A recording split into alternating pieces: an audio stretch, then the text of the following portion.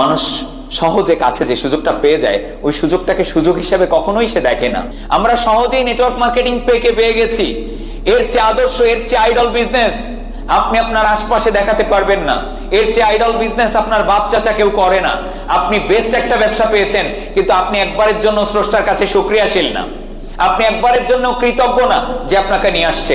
আপনি একবারের জন্য কৃতজ্ঞ না যে আপলাইনটা আপনাকে সহযোগিতা করছে। আপনার 95% কাজ করে দেওয়া আছে।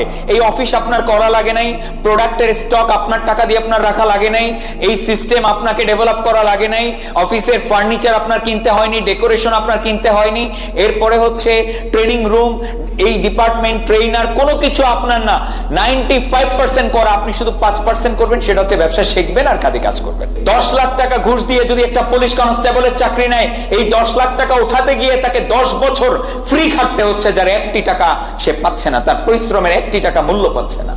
আপনার একটা আঙুলের মূল্য আপনি বুঝতেছেন না, অথচ যার একটা আঙুল নাই, এই আঙুলটা নেই, তার কাছে গিয়ে শোনেন এই আঙুলের মূল্যটা কতখানি। আপনি হাতের মূল্য বুঝতেছেন না, যার একটা হাত নেই তার কাছে গিয়ে শোনেন এটার মূল্য কি। যার কাছে যেটা নেই সে সেটার মূল্য বোঝে। এই জন্য আমাদের মাননীয় প্রধানমন্ত্রীও কিন্তু মাঝে মাঝে বলতেছে কি তোমরা উদ্যোক্তা হও, স্টুডেন্টকে বলতেছে তোমরা উদ্যোক্তা হও, চাকরির আশায় বসে থেকো না। যে একটা শিক্ষিত ছেলে, সে কিন্তু অটো নিয়ে রাস্তায় নামতে পারছে না, সে কিন্তু রাজমিস্ত্রির অ্যাসিস্ট্যান্ট হয়ে ডে লেবার হতে পারছে না, কারণ তার আত্মসম্মানে বাঁচছে।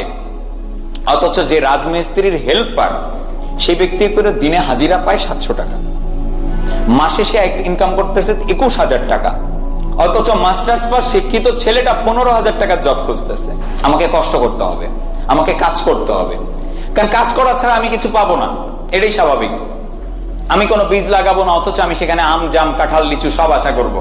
আমি যেদিন বিয়ে করব আমার নিজের গাড়িতে বিয়ে করব, যাতে বউকে প্রথম দিন ভাড়া করা গাড়িতে চড়িয়ে পরের দিনই অটোতে না উঠাতে হয়। আমি যেদিন বিয়ে করতে যাব আমার পার্সোনাল কারে চড়ে আমি যাব, আর যেদিন আমার বিয়েতে বরযাত্রী যাবে আমার অ্যাসোসিয়েটদেরই গাড়ি থাকবে 20টা।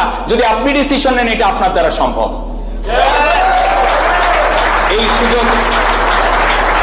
এই সুযোগ আপনাকে নেটওয়ার্ক মার্কেটিং দিচ্ছে।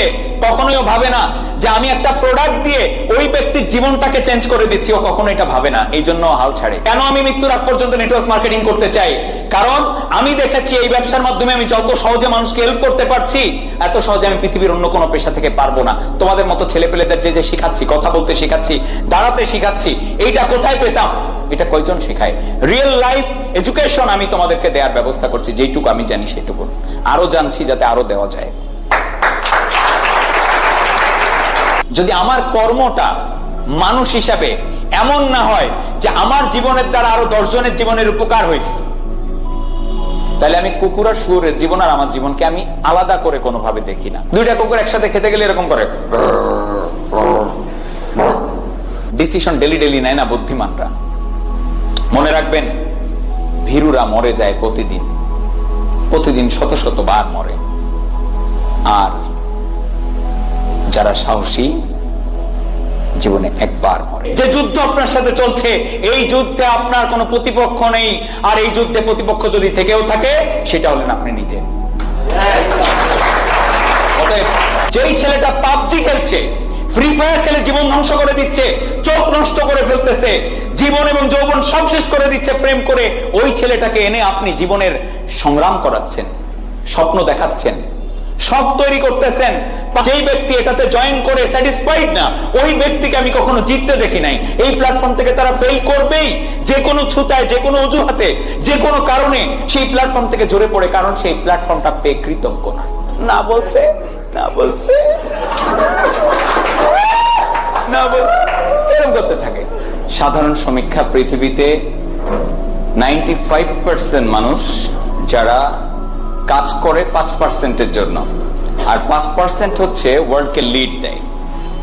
5% people are leading this world and 95% people are following those 5% people.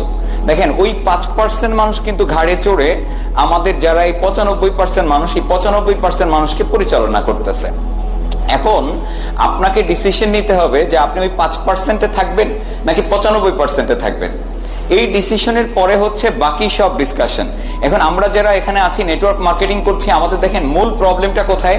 আমাদের একটা জায়গায় খুবই পরিমাণ লজ্জা, ভয়, জড়তা কাজ করে, সেটা হচ্ছে ইনভাইটেশনে। অথচ আমাদের এই বিজনেসটার বেসিকটাই হচ্ছে, ফার্স্ট জিনিসটাই হচ্ছে এই ইনভাইটেশন, যেটা দিয়ে আমাদের বিজনেস করে উঠবে। আমি ভাবতেছিলাম আজকে যে আমার ব্যবসাটা আমি কিভাবে এস্টাবলিশ করেছিলাম। আমার ওই সময় তো নুন আনতে পান্তা ফুরায় অবস্থা। কোম্পানির 1-2টা প্রোডাক্ট, যেই প্রোডাক্ট